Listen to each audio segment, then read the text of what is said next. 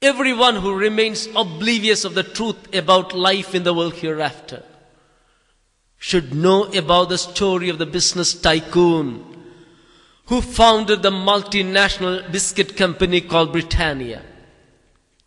You could say that he was rich as Croesus, the king of Lydia. Yet when he breathed his last in a cell in Tihar jail in India, there was no one near him. His wife, children, relatives, nor his family doctor was there to give him even a drink of water. Due to some reason which is unknown till date, he vomited blood and was found lying on the cold, hard floor of the prison cell.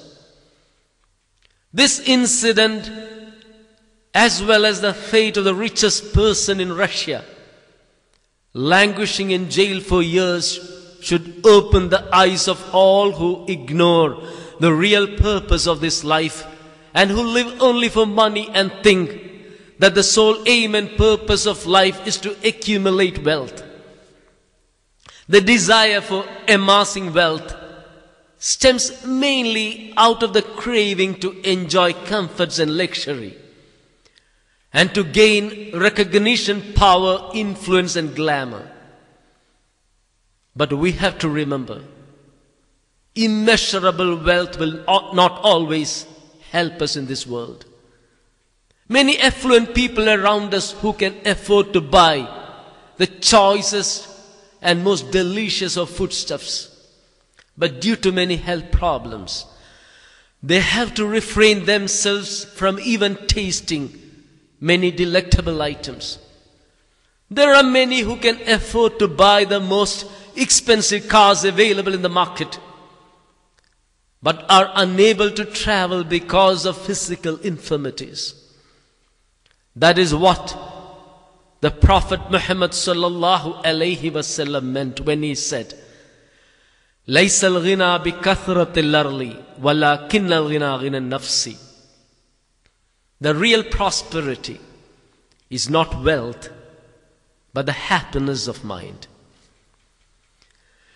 Today's youth spend hours and hours before the mirror enjoying their own beauty. They spend considerable time combing their hair. They spend fabulous amounts of money to buy expensive cosmetics and creams to nourish their skin and hair.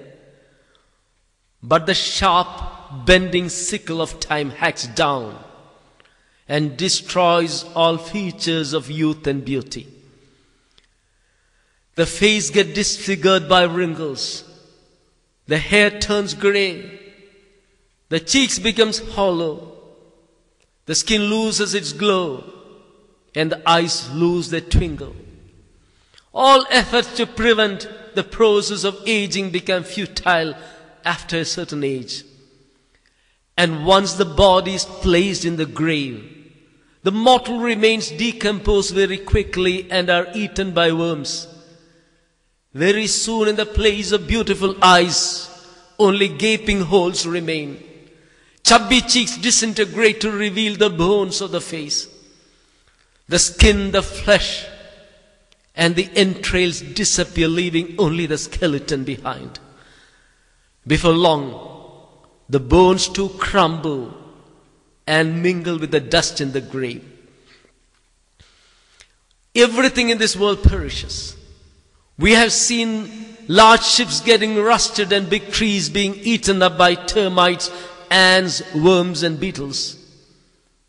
Those who live without remembrance of death are like moths that are drawn towards the fire.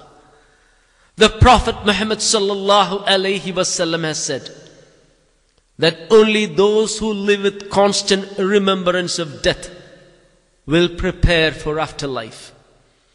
And they are the ones who are wise. An average human being lives to an age of 60 to 70 years.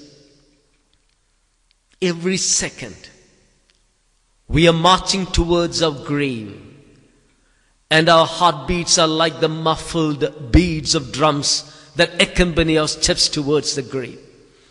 With every passing second, we are inching